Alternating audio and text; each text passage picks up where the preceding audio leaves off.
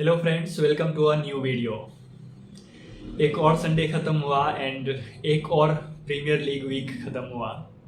Arsenal अभी भी top पर बनी हुई है एंड मैन यूनाइटेड का भी मैच था। एंड जैसा कि आप लोग जानते हो कि वीक में लगभग सारी टीम्स का मैच होता है। तो उसी तरह आर्सेनल का भी मैच था, मैन यूनाइटेड का भी मैच था। मैन यूनाइटेड का न्यूकासल से था, मैन सिटी वर्सेस लिवरपूल था। एंड वैसे आज तो यूरोपियन फुटबॉल में कई अच्छे अच्छे मैच थे। एंड स्पेशली एल क्लासिको की भी बात करें तो वो भी आज था, उसकी भी बात करेंगे लेकिन एक अलग वीडियो में। अभी फ़िलहाल मैन सिटी एंड लिवरपूल का मैच चल रहा है, उसकी भी बात करेंगे, उसके लिए भी एक अलग वीडियो बनेगा। लेकिन इस वीडियो में फ़िलहाल हम man United versus Newcastle United का बात करने वाले हैं। तो चलिए स्टार्ट करते हैं। मैच स्टार्ट जब होता है तो एनर्जी, वाओ! मैं इसी एनर्जी को मैन यूनाइटेड की टीम में देखना चाहता हूँ जो आज दिख रहा था।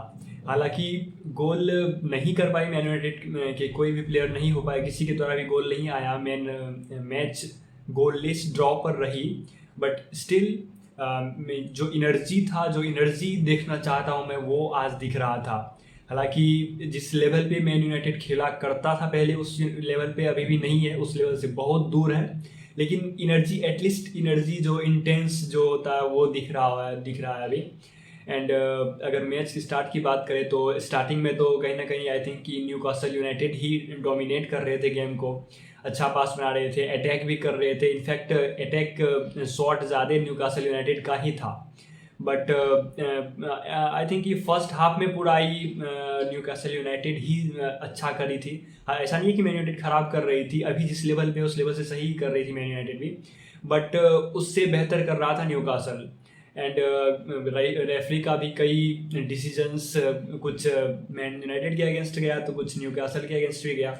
बट स्टिल रेफरी के बारे में क्या ही कह सकते हैं। स्पेशली वो जैडन सेंचो वाला शॉट, मुझे पता नहीं वो आप लोग क्या सोचते हो, पेनल्टी होना चाहिए या नहीं, या हम क्या सोचते हैं। मुझे तो लगता है कि वो पेनल्टी होना चाहिए, बट कोई नहीं हुआ तो नहीं हुआ। रेफरी का जो फैसला होता है वही होता है। एंड फिर अगर बात करें तो बात करने के लिए कुछ गोल वोल तो है नहीं, बट स्टिल की जैसे कि कुछ फैसले पे बात करें तो या कुछ प्लेयर्स पे बात करें तो न्यूकासल यूनाइटेड के तो सारे प्लेयर्स अच्छे दिख रहे थे।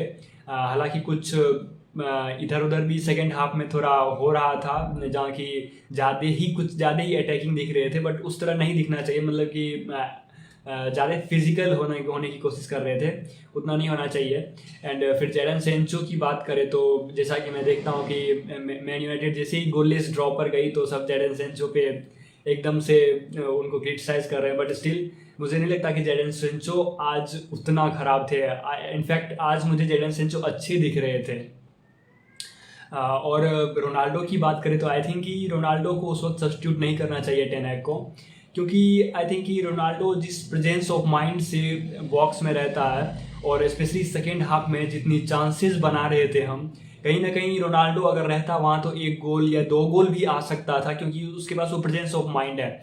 मैं ऐसा नहीं कर रहा कि राशफर्ड खराब है, बट स्टिल राशफर्ड के पास मुझे नहीं लगता कि स्पीड के अलावा और भी कुछ है उनके पास। ऑब्वियसली और भी थोड़ी मोड़ी है, इसलिए वो वहाँ पे उस लेवल पे हैं, बट स्टिल वो अपने स्पीड पे ज़्यादा लाई करते हैं। बल्कि रोनाल्डो के साथ ऐसा नहीं है।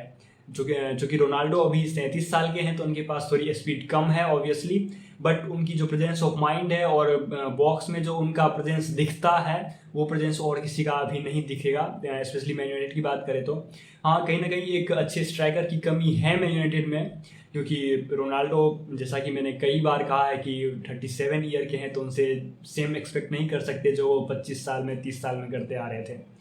तो और अगर बात करें तो फ्रेड, यार जब भी मैं फ्रेड को ग्राउंड पे देखता हूँ मुझे डर होता है कि कहीं मैन यूनाइटेड अपना गोल ना खा ले।